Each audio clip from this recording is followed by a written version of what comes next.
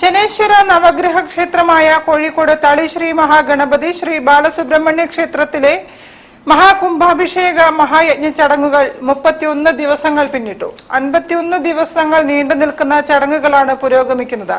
May 8-നാണ് മഹാകുംഭാഭിഷേകം.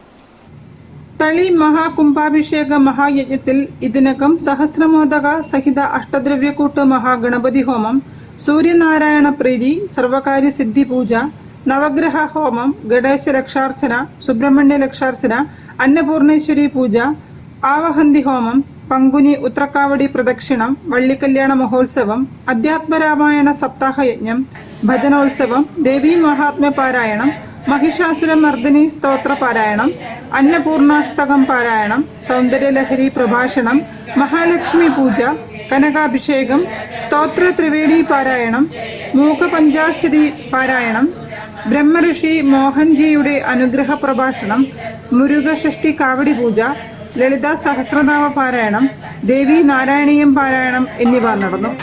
May 2-ന് മഹാകുംഭാഭിഷേക ചടങ്ങുകൾ ആരംഭിക്കും. അതിനായി യാഗശാലയുടെ പ്രവൃത്തികൾ ക്ഷേത്രത്തിൽ പുരോഗമിക്കുകയാണ്. മെയ് 8-നാണ് ജീർണോദ്ധാരണ അഷ്ടബന്ധന മഹാകുംഭാഭിഷേകം. കുംഭാഭിഷേകത്തിന് ശൃംഗേരി ശാരദാപീഠം ജഗദ്ഗുരു ശങ്കരാചാര്യർ ശ്രീ വിധുശേഖര ഭാരതി സന്നിധാനം മുഖ്യ കാർമ്മികത്വം വഹിക്കും. മെയ് 9-ന് ശൃംഗേരി ശാരദാപീഠം ജഗദ്ഗുരു ശങ്കരാചാര്യർ വിധുശേഖര ഭാരതി സന്നിധാനത്തിന്റെ ദിവ്യ സാന്നിധ്യത്തിൽ 1000-ലധികം ഭക്തജനങ്ങൾ സ്തോത്ര ത്രിവേണി പാരായണം നടത്തും.